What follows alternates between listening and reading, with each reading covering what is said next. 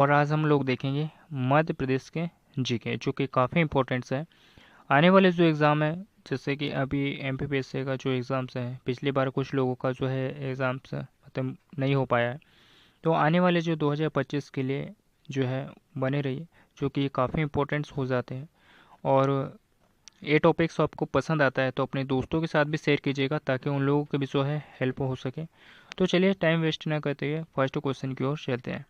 First question की अगर हम लोग बात करें, देश का पहला बड़ा बायोगैस संयंत्र जो कि मध्य प्रदेश में जो है कहाँ पर स्थापित है, यानी देश का सबसे बड़ा बायोगैस संयंत्र जो है मध्य प्रदेश में जो है कहाँ पर स्थापित किया गया है। तो ये जो है दोस्तों, ये भोपाल के समय के भदभदा स्थान है, वहाँ पे जो है ये स्थापित किया गया है। और भोपाल की और एक बात बताऊँ मैं आपको कि भोपाल में जो है दोस्तों BHEL जो कि कंपनी है यहाँ पे ये स्थित है।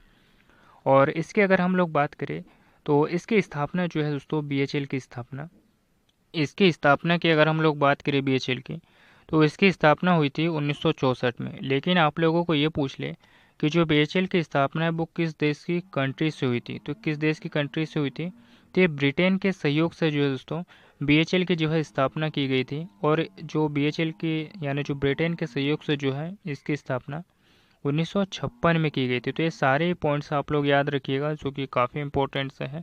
और वैसे आपसे पूछ ले कि जो BHEL है इसकी स्थापना कब की गई थी, तो 1964 में की गई थी। और BHEL का फुल फॉर्म क्या है, तो इसे क्या कहा जाता है दोस्तों, तो इसे भारत हैवी इलेक्ट्रिकल से लिमिटेड कहा जाता है दोस्तों। ठीक है, तो ये सारे फैक्ट्स आप लोग याद रखिए, जो कि काफ़ी इंपॉर्टेंट हो जाते हैं।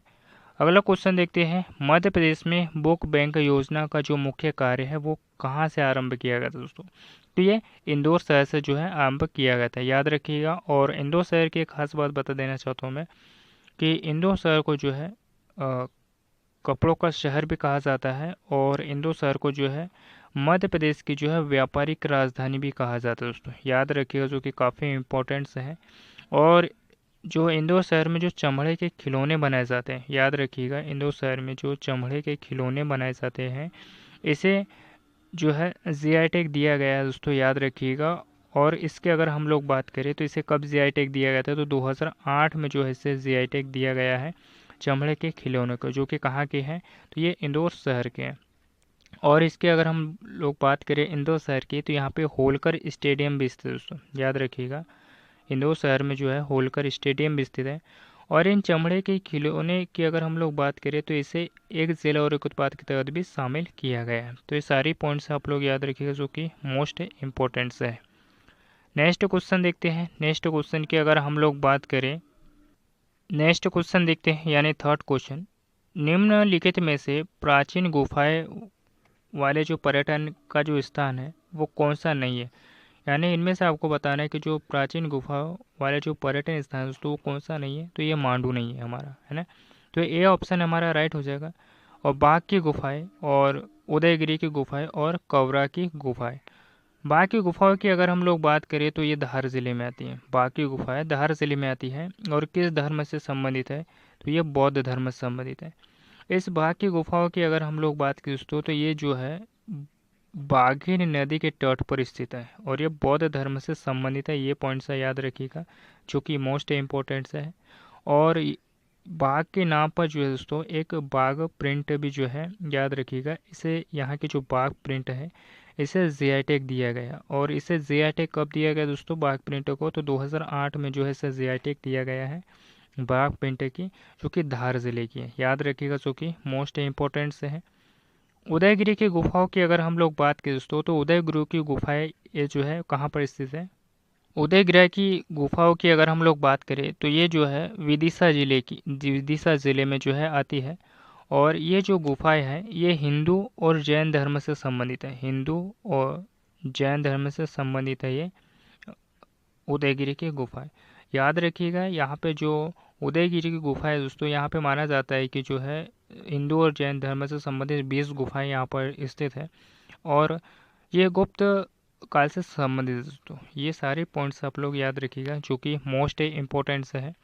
और ये जो उदयगिरी की गुफा है इसका प्राचीन नाम, यानी इसको प्राचीन जो है नौचोगिरी के नाम से भी जाना जाता है, इसको याद रखिएगा, नौचोगिरी के नाम से भी जाना जाता है ये उदयगिरी की गुफाओं को। ठीक है, नेक्स्ट देखते हैं कौरा। ये कौरा नहीं है दोस्तों, ये काबरा की गुफा है, याद रखिएगा, काबरा की गुफा है जो कि कहाँ पर स्थित है। तो इन काबरा की गुफाओं की अगर हम लोग बात करें तो ये राजगढ़ ज़िले में आती है दोस्तों। कहाँ पर आती है, तो ये राजगढ़ ज़िले में आती है, याद रखिएगा। और ये जो काबरा की जो गुफा है ये 5वीं शताब्दी से 11वीं शताब्दी के बीच में जो है इसका निर्माण किया गया है, काबरा की गुफाओं का, याद रखिएगा। और मांडू एक पर्यटन स्थल है दोस्तों, तो हमारा जो ऑप्शन है वो राइट मांडू हो जाएगा। मांडू की अगर हम लोग बात करें तो इसे सिटी ऑफ जॉय भी कहा जाता है। मांडू जो है धार ज़िले के अंतर्गत आता है। कहाँ पर आता है, तो ये धार ज़िले के अंतर्गत आता है, जहाँ पे बहुत से पर्यटन स्थल है, जैसे कि मैं आप लोग को बताना चाहूँगा, जैसे कि जहाज महल है, रानी रूपमती महल है, बाज बहादुर महल है, हिंडोला महल है, और भी ऐसे बहुत से महल है जो कि मांडू में स्थित है। ठीक है, अगला क्वेश्चन देखते हैं, बांधवगढ़ का जो किला है वो कहाँ पर स्थित है। तो बांधवगढ़ के किले की अगर हम लोग बात करें दोस्तों, तो ये जो किला है ये कटनी और बिलासपुर रेल मार्ग पर जो है स्थित है, याद रखिएगा। और इस किले की अगर हम लोग बात करें, जो बांधवगढ़ का किला है ये उमरिया ज़िले के अंतर्गत आता है, याद रखिएगा, उमरिया ज़िले के अंतर्गत आता है। इसका निर्माण जो दोस्तों व्याघ्रदेव, यानी जो व्याघ्रदेव जो राजा थे इनके द्वारा जो है, यानी जो बघेल शासक थे, तो इनके द्वारा जो है बांधवगढ़ किले का निर्माण जो है 14वीं शताब्दी में करवाया गया था, याद रखिएगा, जो कि काफ़ी इम्पोर्टेंट है। और इसमें कुछ जैसे कि कुछ कुंड वगैरह भी है, जैसे कि सागर कुंड है, शेषशाही तालाब भी है यहाँ पे, विष्णु भगवान का मंदिर भी जो है बांधवगढ़ दुर्ग में स्थित है, राम लक्ष्मण सीता का मंदिर भी जो है बांधवगढ़ दुर्ग में स्थित है। तो ये सारे पॉइंट्स याद रखिएगा जो कि मोस्ट इम्पोर्टेंट से हैं। तो चलिए नेक्स्ट क्वेश्चन की ओर चलते हैं। अगले क्वेश्चन की अगर हम लोग बात करें, मध्य प्रदेश पे नाट्य कला एकेडमी जो है वो कहाँ पर स्थित है। तो मध्य प्रदेश में नाट्य कला एकेडमी की अगर हम लोग बात करें तो ये कहाँ पर स्थित है दोस्तों, तो ये जो है उज्जैन शहर में स्थित है, याद रखिएगा। और उज्जैन शहर की अगर हम लोग बात करें दोस्तों, तो यहाँ पे जो है मलखंभ, यानी जो मलखंभ एकेडमी भी जो है दोस्तों कहाँ पर स्थित है, तो ये भी जो है उज्जैन में स्थित है। मलखंभ एकेडमी भी जो है उज्जैन शहर में स्थित है। भोपाल में अगर हम लोग बात करें दोस्तों, तो भोपाल में भी बहुत सारी एकेडमी जो है वो स्थित है, तो सभी के बारे में हम जो लोग जो है वो डिस्कस करेंगे। तो चलिए देखते हैं। भोपाल की अगर हम लोग बात करें तो मैं आप लोगों को बताना चाहूँगा, यहाँ पे जो है पुरुष एकेडमी जो है भोपाल में स्थित है। कौन सी एकेडमी जो है, पुरुष एकेडमी भी जो है भोपाल में स्थित है। मार्शल आर्ट एकेडमी, जो कि मार्शल आर्ट एकेडमी भी जो है दोस्तों भोपाल में स्थित है। Water sports academy, water sports academy भी जो है भोपाल में स्थित है। घुड़सवारी एकेडमी, याद रखिएगा, घुड़ सवारी एकेडमी भी जो है कहाँ पर स्थित दोस्तों, तो ये भी जो है भोपाल में स्थित है। और शूटिंग एकेडमी, याद रखिएगा, शूटिंग शूटिंग एकेडमी भी जो है भोपाल में स्थित है। और भी जैसे कि एथलेटिक्स एकेडमी भी जो है भोपाल में स्थित है। तो ये सभी पॉइंट्स आप लोग याद रखिएगा, जितने भी फैक्ट्स आप लोगों को कवर करवाता हूँ सारे के सारे जो है इंपॉर्टेंट्स होते हैं, तो सारे ही याद रखा करिए। ग्वालियर ज़िले की अगर हम लोग बात करें, तो ग्वालियर ज़िले में जो है दोस्तों महिला एकेडमी, याद रखिएगा। लेकिन आपसे पुरुष एकेडमी पूछे तो आप लोग कहाँ बताओगे, तो भोपाल में स्थित है पुरुष एकेडमी। और महिला एकेडमी जो है दोस्तों ये ग्वालियर ज़िले में स्थित है। और ग्वालियर ज़िले में दोस्तों बैडमिंटन एकेडमी भी जो है यहाँ पर स्थित है। कौन सी एकेडमी है, बैडमिंटन एकेडमी भी जो है दोस्तों ग्वालियर ज़िले में स्थित है। इंदौर की अगर हम लोग बात करें तो इंदौर में जो दोस्तों होलकर जो स्टेडियम है वो जो कि इंदौर में स्थित है। और सारे फैक्ट्स मैंने आपको पिछले क्वेश्चन में इसके बारे में जो है कवर करवा दिए हैं, तो आप लोग याद रखिएगा। और जो नाट्य कला एकेडमी है वो कहाँ पर स्थित है, तो ये जो है उज्जैन में स्थित है। और मलखंभ एकेडमी भी जो है दोस्तों कहाँ पर स्थित है, तो ये भी जो है उज्जैन ज़िले में स्थित है। नेक्स्ट क्वेश्चन देखते हैं, हिंदी काव्य में जो छायावाद के प्रवर्तक छवि कौन माने जाते हैं। यानी जो हिंदी काव्य में जो छायावाद के जो प्रवर्तक कवि है वो कौन माने जाते हैं दोस्तों, तो इनकी अगर हम लोग बात करें तो ये तो छायावाद के प्रवर्तक कवि जो है दोस्तों ये मुकुटधर पांडे को जो है माना गया। अगला क्वेश्चन देखते हैं, यानी 7वां क्वेश्चन, उत्तर पूर्वी रेलवे का वैगन वर्कशॉप जो है वो कहाँ पर स्थित है? तो उत्तर पूर्वी रेलवे का जो वैगन वर्कशॉप की अगर हम लोग बात करें तो ये भोपाल ज़िले में स्थित है। नेक्स्ट क्वेश्चन देखते हैं। मध्य प्रदेश के प्रति 1000 वर्ग किलोमीटर में औसतन कितना रेल मार्ग जो है वो स्थित है? तो ये 12.9% जो है वो स्थित है। नेक्स्ट क्वेश्चन देखते हैं। मालवा के पठार की जो नदियाँ निम्नलिखित में से कौन कौन सी है? यानी जो मालवा के पठार की नदियों की अगर हम लोग बात करें तो निम्नलिखित में से कौन कौन सी जो है वो है? तो चलिए देखते हैं। तो मालवा के पठार की नदियों की अगर हम लोग बात करें तो जो है क्षिप्रा नदी, चंबल नदी और काली सिंध नदी, ये तीन नदी जो है दोस्तों मालवा के पठार से जो है निकलती है। और मध्य प्रदेश का सबसे बड़ा पठार जो है दोस्तों ये मालवा का पठार ही है। तो ये पॉइंट्स भी आप लोग याद रखिएगा, जो कि काफ़ी इंपॉर्टेंट से हो जाता है और कई बार जो है क्वेश्चन में भी जो है यानी पेपर्स में भी जो है पूछा गया। बरना नदी की नहरों से किस जिले में सिंचाई की जाती है? यानी जो बरना नदी की जो नहरें होती है इसमें किस जिले में जो है सिंचाई की जाती है? तो ये रायसेन जिले में जो है इससे सिंचाई की जाती है, याद रखिएगा। और यही रायसेन जिले से जो है यहाँ का जो कुमरा गांव है, रायसेन जिले का जो कुमरा गांव है, यहाँ से जो है बेतवा नदी का जो है उद्गम हुआ है, याद रखिएगा, जो कि मोस्ट इम्पोर्टेंट है। अगला क्वेश्चन देखते हैं, यानी 11वां क्वेश्चन। बेतवा घाटी, बेतवा घाटी विकास योजना के अंतर्गत निकाली गई जो नहर है उसका क्या नाम है? यानी जो बेतवा घाटी विकास योजना के अंतर्गत निकाली गई नहर का जो है वो क्या नाम है? तो यह हलाली नहर है, याद रखिएगा कौन सी नहर है? तो हलाली नहर है। अगला क्वेश्चन देखते हैं। मध्य प्रदेश में सबसे बड़ी अनुसूचित जनजाति जो है वो कौन सी है? तो मध्य प्रदेश में सबसे बड़ी जो अनुसूचित जनजाति है दोस्तों इसकी अगर हम लोग बात करें तो सबसे पहले नंबर पे आती है दोस्तों भील जनजाति। तो हमारा जो राइट ऑप्शन क्या हो जाएगा? भील हो जाएगा। सेकंड नंबर पे आती है दोस्तों गोंड जनजाति, याद रखिएगा। और तीसरे नंबर पे आती है कोल जनजाति। चौथे नंबर की अगर हम लोग बात करें दोस्तों तो कोरकू जनजाति आती है, याद रखिएगा। और पाँचवें नंबर पे आती है सहरिया जनजाति, ठीक है, जो कि ये सहरिया जनजाति जो है उत्तर के जो है चंबल संभाग में जो है निवास करते हैं दोस्तों, ठीक है। तो ये सारे फैक्ट्स याद रखिएगा, कई बार जो है क्वेश्चन में यहाँ से जो है क्वेश्चन से पूछे गए हैं। तो सारे के सारे जितने भी मैं आप लोगों को पॉइंट्स बताता हूँ सारे के सारे जो है फैक्ट्स आप लोग याद रखा करिए। अगला क्वेश्चन देखते हैं, यानी 13वां क्वेश्चन। कर्क रेखा मध्य प्रदेश के किस भाग से गुजरती है? यानी जो कर्क रेखा है वो मध्य प्रदेश के जो है वो किस भाग से गुजरती है? तो इसके अगर हम लोग बात करें दोस्तों तो कर्क रेखा जो है मध्य प्रदेश के मध्य भाग से जो है गुजरती है। नेक्स्ट क्वेश्चन देखते हैं। राष्ट्रीय रामलीला मेला, राष्ट्रीय रामलीला मेला मध्य प्रदेश के किस नगर में जो है वो आयोजित किया जाता है?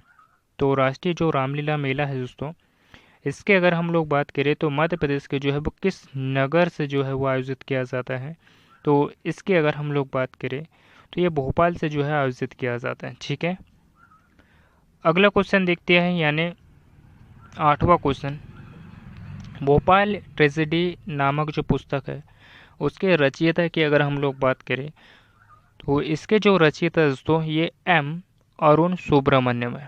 और भोपाल गैस ट्रेजेडी जो है कहाँ पर हुई दोस्तों? तो ये भोपाल में हुई थी, याद रखिए कहाँ पर हुई थी? तो भोपाल में हुई थी। ये 2 से 3 दिसंबर की नाइट की हुई थी दोस्तों, याद रखिएगा, यानी 2 से 3 दिसंबर की जो रात थी उस बीच में जो है ये भोपाल गैस ट्रेजेडी हुई थी। और ये घटना की अगर हम लोग बात करें तो ये 2 से 3 दिसंबर 1984 की जो है घटना थी दोस्तों।